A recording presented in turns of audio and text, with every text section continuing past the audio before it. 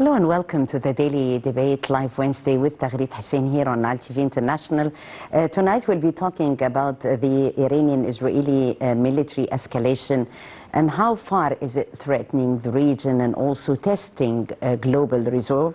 As we all know, Egypt, as a guardian of regional balance, has already positioned itself squarely against this sense of outbreak of violence. The President Abdel Fattah al-Sisi, took a firm moral and strategic stance, warning that Israel's current campaign could unleash catastrophic fallout across the region. In private and public, President al-Sisi urged halting Israeli military operations across multiple fronts, stressing that this escalation is threatening every nation with no exceptions. The President pressed for renewed engagement, and this happens through diplomacy as the only way in order to defuse this current crisis. The President reiterated that any lasting peace must include a just resolution to the Palestinian cause. Simultaneously, also Foreign Minister Badr Abdelati has been tirelessly active and in all fronts calling for the immediate ceasefire and also for the renewal of the diplomatic channels. Well, tonight we'll be delving more about this outbreak. How far is it affecting the region? What are the global reactions vis-a-vis what's coming next? What are the coming scenarios? The regional storm, what comes next? Let's watch this report and we'll be back. From the earliest rumblings of the Iranian-Israeli military escalation, Egypt has warned against plunging the Middle East into deeper chaos. President Abdel Fattah al-Sisi made a stark warning against the continuation of Israel's current regional approach, asserting that it portends grave consequences for all the region without exception. Foreign Minister Badr Abdelati has been equally outspoken. Cairo initiated calls with U.S. envoy Steve Witkoff, Iran's ambassador Arakshi, Russia and more, urging a ceasefire, immediate diplomatic dialogue and halting the current mutually destructive targeting. The Iranian-Israeli military escalation strained regional stability and risked dragging the entire Middle East into deeper turmoil. The G7 stance underscores missed opportunities for prompt peace if diplomacy continues to falter, urging broad de-escalation, including a Gaza ceasefire and commitments to protect energy markets, stressing that the human cost, families sheltered, children, terrified communities destabilized, should waken empathy in all who held power. Overnight, the Israeli military declared it launched a new wave of airstrikes on Tehran's military and nuclear facilities. Reported explosion shook eastern Tehran. These strikes hit sites like the Imam Hussein University and the missile assembly plant near Kujir, with massive blasts reported east of the city. In retaliation, Iran's Revolutionary Guard initiated its 7th round of Operation Promise of Truce 3, firing advanced ballistic rockets claimed the dominated Israeli airspace along with drone barrage towards Tel Aviv and Haifa. The state-linked media report that scores of missiles and drones have reached Israeli territory, triggering air raid sirens and fires near major cities. The conflict keeps escalating, with Israeli airstrikes on Tehran military and nuclear sites, reportedly killing senior commanders, while Iran keeps responding with missile and hypersonic strikes targeting Israeli soil. Casualties include several civilian deaths in Iran and Israel, leaving the region gripped by fear, mass evacuation, shuttered buildings, traffic chaos and growing economic aftershocks. Egypt warns that military moves back and forth are not in any nation's interest and may spiral into wider conflagration, economic shocks, oil price gouges, humanitarian evacuation eroded, fragile ceasefire structure in Gaza and Lebanon. Also, the UNJA's emergency gathering reinforced that the world must choose dialogue over destruction. The question remains, what comes next? Israel government under Netanyahu faces a tipping point. Will it press further into Iran, risking multi-front escalation, or retreat towards diplomacy? Perhaps reopening nuclear talks with Tehran. In coming weeks, the region's fragile peace, already stretched by Gaza, Syria and Yemen, is facing a real test.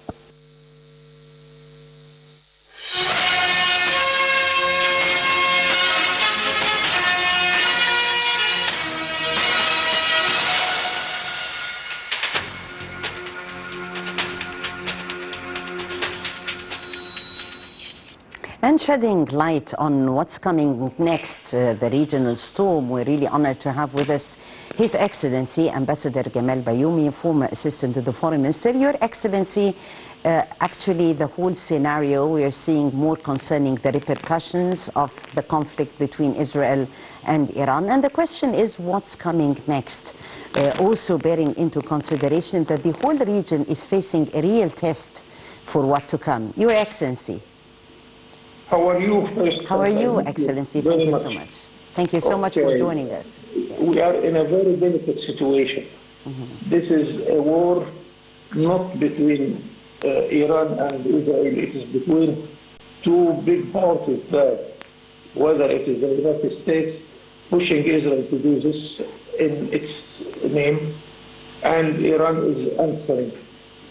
What can we do in between? And the privilege we have that Egypt is a very, very good partner to all the countries in the world. Cairo is the most populated capital with embassies. We have embassy of every single country in the world, and we have very good relations. We can use this. We hope this can help, because all of us, we are affected. Tourism is affected, transport, airways are stopped, and many things. Our own security in our houses is threatened. What can we do there? And the problem that there are people who are benefiting from this war. First of all is the Prime Minister of Israel. He is requested by the International Court of Law, but he is requested to his own justice in his own country. If the war stops, he will go to jail immediately. This is number one. Number two is the new president of the United States. In his first 100 days, he made all what we do not expect. Yes. And he's threatening all his dear friends. He is talking against China, his first partner. He's talking against the European Union, his immediate alliance. He is asking everybody in the whole world to do something wrong. Canada to be a part of the United States, things like that. And we have to wait and see. Number three, who is benefiting from this, if I tell you the figure, that the United States spent $977 billion on the war and the armament in the last few days. So it's not Gamal Bayoumi, it is the President Dwight Eisenhower who told us to be worried about the impact of the armament industry on the decision maker people, because the industry of armament needs more wars to make more arms and to sell more arms and to win more. Right. We and most of the world are the victims of such a silly war. It has no reason and no winner in this war. If Israel is attacking Iran or Tehran, or vice versa, both of them is a loser. So what is the idea there, except of the three elements who are benefiting from this war, which nobody will benefit from it? Right. Your Excellency, actually for the 6th day in a row, we find this sense of escalations and the exchange of the launch of missiles and drones. So the question is concerning the role of diplomacy in order to contain the situation and maintain some sort of a slowing of the spiral of violence. How do you see of the role of diplomacy meantime in this crisis? Very excellent role, and really we gained lately that our diplomacy was depending on the level of ambassadors, even to the level of ministries. But now, since President Sisi took part, he raised our contact to the level of the presidency and what we call the Air Force diplomacy. I am following him 1 hour after another, talking to his counterparts or visiting another countries or receiving head of states. And this is very active diplomacy, which gathered 154 votes in the United Nations General Assembly, who put the United States alone against 14 member states of the Security Council. So as a matter of fact, legally and politically, and as a diplomacy, we are making a good story of success.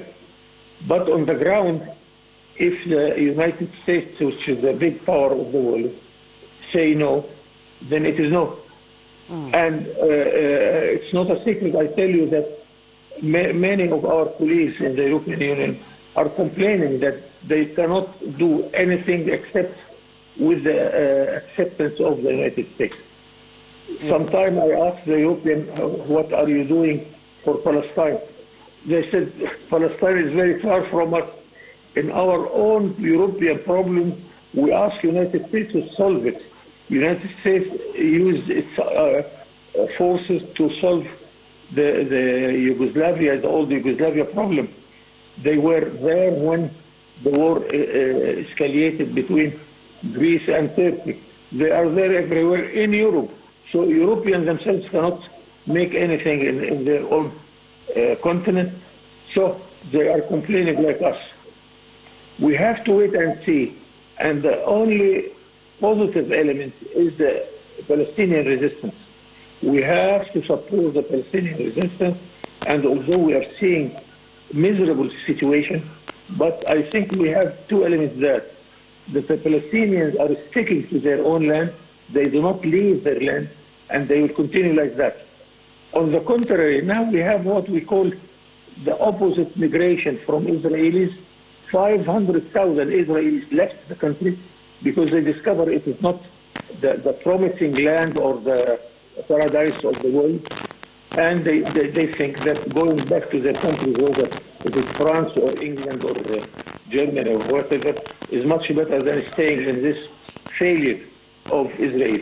Yes. So one day, just close your eyes, for the next 10 or 20 years, Israel will be diminishing, and the Arabs, Palestinians, will be a majority in their own country. What future Israel would expect there? That's why this explains to you why even the friends of Israel are calling for the two-state solution, because at least it will guarantee that the Israelis will find some place to live.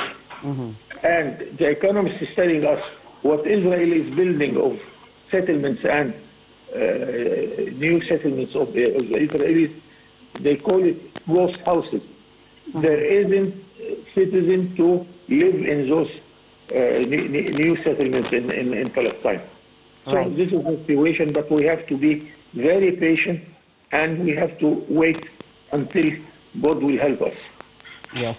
Your Excellency, the President also affirmed the necessity for the international community to assume the responsibility and a more active and effective role in compelling the regional powers in order to act responsibly. Of course, the peaceful solutions remain the sole viable means in order to contain the situation. How do you see the possibility of the resumption of the U.S.-Iranian negotiations, and would that contain the crisis, would be among the best solutions to contain the crisis if it really happened? I hope, but really I am always optimistic, but here I am relatively not very optimistic. Why? Because by nature there are against the regime in Tehran. And President Biden proposed to us to establish an Arab pact against Iran. And the Ministry of Foreign Affairs of Egypt responded to him that Iran is a brother Islamic country, you can deal with Iran. What? The enemy, the real enemy, is the one who is killing our children the one who is killing our women and who is killing those who do not fight them at all. Then President Biden came to the two-state solution again. So we have to use all our efforts, and I think we are making very good results. Take the African Union. The African Union refused to allow the Israeli ambassador to be present in their meetings, while they invite the representative of the PLO to be present, although Palestine is not an African country. We make success in many groups, but the big force of the world is not with us yet.